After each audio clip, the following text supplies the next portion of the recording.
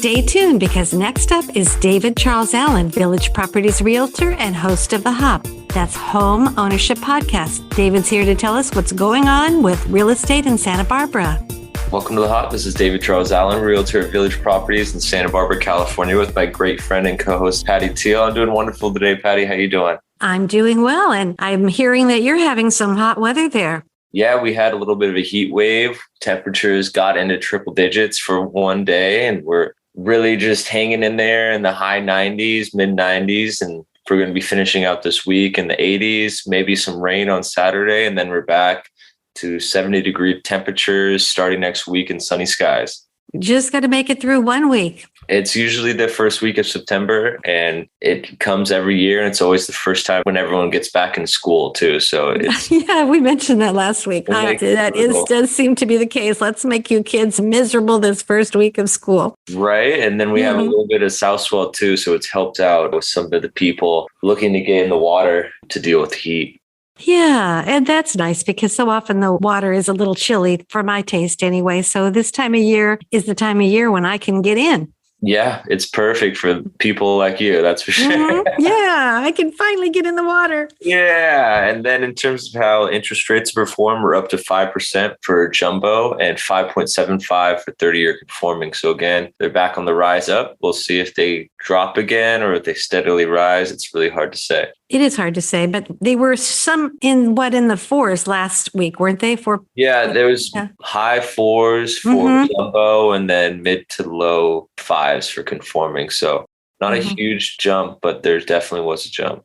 Right. And then in terms of how the statistics have performed, we have 24 new listings, 12 price changes, 31 that closed, 18 that went pending, 12 expired, and 4 coming soon. So again, we're dropping even lower in terms of new listings, only 24, about 12 price changes. So we're staying consistent at a really high number of price changes in comparison to what's on the market.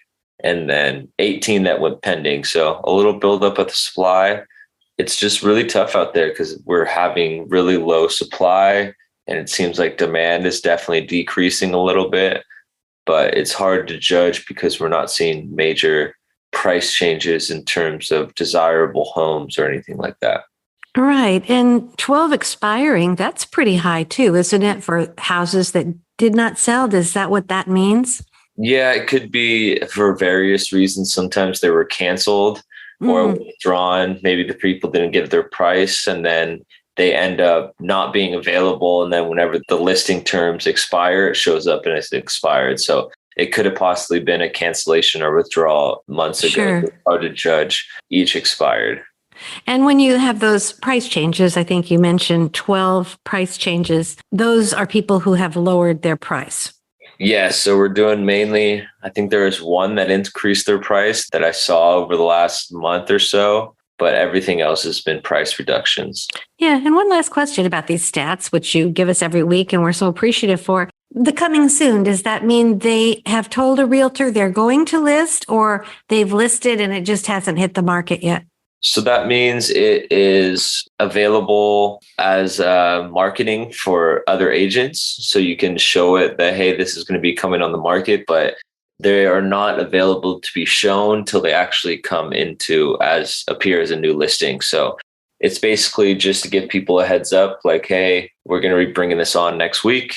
To anyone that has a client, you can get them prepared, or if they're out of town, you can tell them to come visit this day. So it just gives you a little heads up on when it's going to be coming to market. Oh, well, that's good. It gives people a little preparation time if they think they like a property and it's in the area that they're looking for. Correct. And it could be just a coming soon because they haven't taken photos yet or they haven't got prep work done. So it's not quite ready to be shown, but it's available in terms of putting it out there and saying, hey, this is going to be listed. It's just a matter of time. Yeah. And David, I know all bets are off this year because everything is not working the way it typically does. I know usually the number of listings goes up in the spring and summer, but is there a fall surge as well typically? No, usually this is fall and winter, it really dies off. So, I mean, Oh, if it dies off anymore, it's really good. oh my It's gosh. really tough. It's going to be dead done. No, not dead, Yeah, but it's not the typical time for you to get more listings. no, because everyone's going now. Everyone's back in school. People are changing their plans in terms of where they want to move. And it's rare to see a surge in December or October or November. Because, I mean, it's holiday season coming up too. People don't want to move during the holidays and everything like that. So we kind of missed it since it's been so slow already. If it keeps getting slower, it's going to be a little bit difficult for people looking to buy a house because there's just really low inventory. Right. And do you know if it's the same way in the surrounding cities like Ventura and San Luis Obispo even? Are they all having low inventory? I don't know because I don't have access and I don't check it. Right. So I wouldn't know exactly in terms of Ventura and San Luis Obispo. I know it was a nationwide problem for a while. Seems like it's less for a lot of other places, but still low. But Santa Barbara has just always been restricted in terms of supply anyway. So Right. It's a I unique think city. it's definitely unique. I think Ventura, there's a little more room because you have a little more area. Oxnard, Camarillo, Port Hueneme, Ventura. It's a little bit bigger than Santa Barbara and Goleta, so to say. So there may be a little bit more options down there. That's for sure. Makes sense. Okay. Thank you. Any questions of the day for me? Yes. You always have all the answers, which is so wonderful. But maybe this one will stump you. We'll see. I was interviewing someone the other day on a different show, and he was a financial advisor. And his main advice is people can get started investing by cashing in their whole life insurance policies and borrowing from that.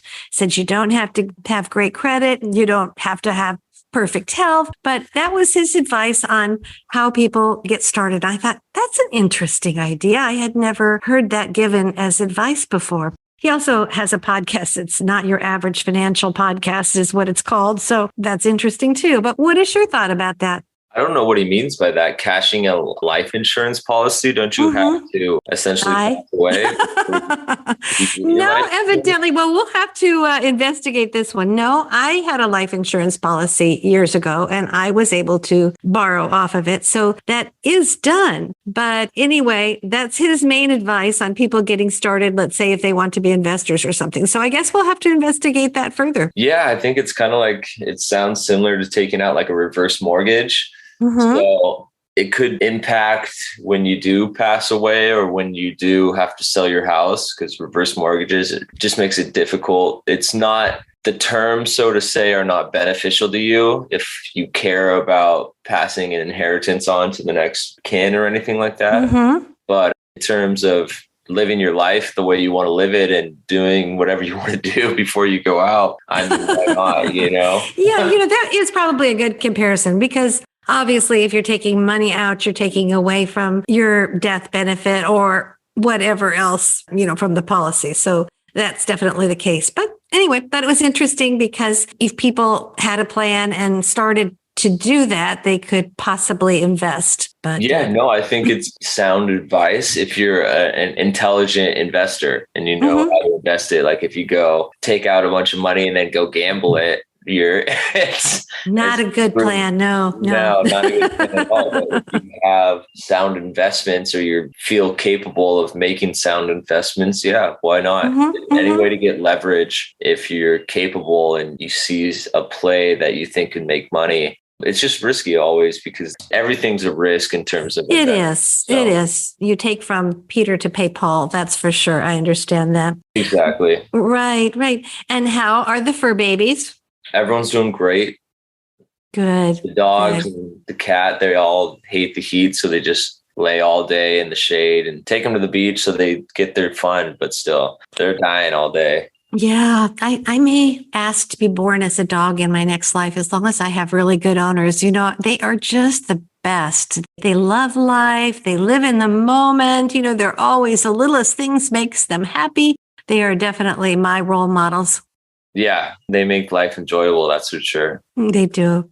All right. Well, thank you, David, for all the updates on the Santa Barbara real estate. All right. Sounds good, Patty. Let's give it a go next week. Have a great week. Bye now.